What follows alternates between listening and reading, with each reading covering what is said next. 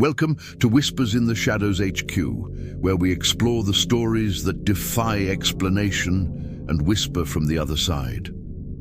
Tonight, we journey back to suburban London, 1977. It was a dark and rainy evening, much like any other in the borough of Enfield. It was an ordinary house in an ordinary neighborhood, until one night, everything changed. Inside the modest council house at 284 Green Street, a single mother named Peggy Hodgson was tucking her 4 children into bed: Janet, Margaret, Johnny, and Billy. The flickering lamps cast long shadows on the walls, and the distant roll of thunder was the only sound breaking the silence. But soon another sound would join it, one that would shatter their lives forever. It began with small noises. Soft raps in the walls, toys that moved on their own, and voices no one could explain. At first, Peggy dismissed it. Old houses make noises, children have active imaginations, but the disturbances grew more frequent, more insistent. A chest of drawers slid across the floor on its own. Marbles and Lego bricks were heard flying through the rooms, seemingly thrown by an unseen hand. The family was terrified. But what could they do? Who would believe them? The knocking became a constant rhythmic banging that followed them from room to room, a chilling drumbeat signaling that they were no longer alone. The activity grew violent. Objects flew across rooms with terrifying force. Furniture moved before their eyes, heavy armchairs sliding and tables flipping over. The children were lifted by something unseen. Young Janet, only 11 years old, seemed to be the focus of the phenomenon. In one of the most terrifying events, she was reportedly levitated, thrown across her bedroom by an invisible force. Crosses were found turned upside down. The house had become a battleground, and the Hodgson family was caught in the middle of a war they couldn't comprehend. The story soon hit the papers, with flashing cameras capturing the fear and confusion. Headlines asked questions no one could answer.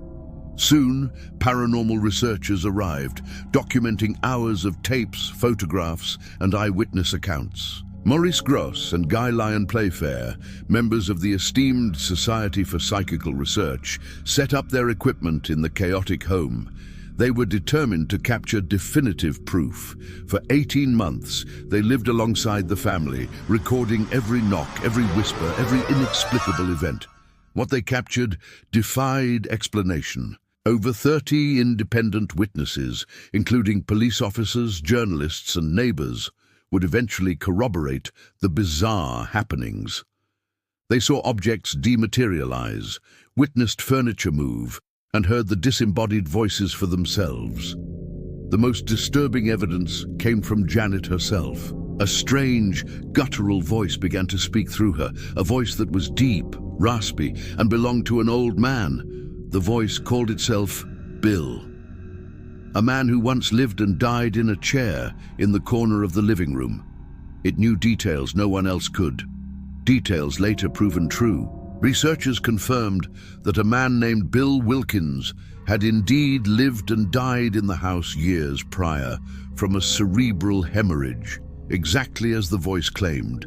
The tapes of these conversations are bone-chilling, a young girl speaking with the gravelly cadence of a spirit, seemingly unwilling to leave his home. Of course, with extraordinary claims came extraordinary doubt. Skeptics called it an elaborate hoax, the children's prank gone too far, and they had some evidence. On one occasion, the girls were caught bending spoons and hiding a tape recorder. Janet herself later admitted they had faked about 2% of the incidents to see if the investigators would notice. But what about the other 98%? What about the police constable who signed an affidavit confirming he saw a chair move on its own? Over 30 independent witnesses swore they saw the impossible. Could 2 young girls really orchestrate such a complex and terrifying deception for so long? The debate still rages today. After nearly 2 years of torment, the activity faded, but the scars remained. The poltergeist activity slowly subsided, leaving the Hodgson family exhausted and forever changed. They had been at the center of a media storm, their private terror turned into a public spectacle. The Enfield house still stands, quiet but never truly at peace. Janet and Margaret, now adults, have spoken about their experiences over the years, their trauma still palpable. They maintain that what happened to them was real, a haunting that stole their childhood and left them with memories that continue to whisper in the dark. The case of the Enfield Poltergeist remains one of the most documented and debated paranormal cases in history. Was it a haunting or something far darker? A cry for help from a troubled family or a genuine cry from beyond the grave? Perhaps some doors were never meant to be opened.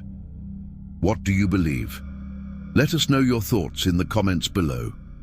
If you enjoyed this journey into the unknown, don't forget to like, subscribe, and hit the notification bell for more stories from the shadows. Thank you for watching. They're still here,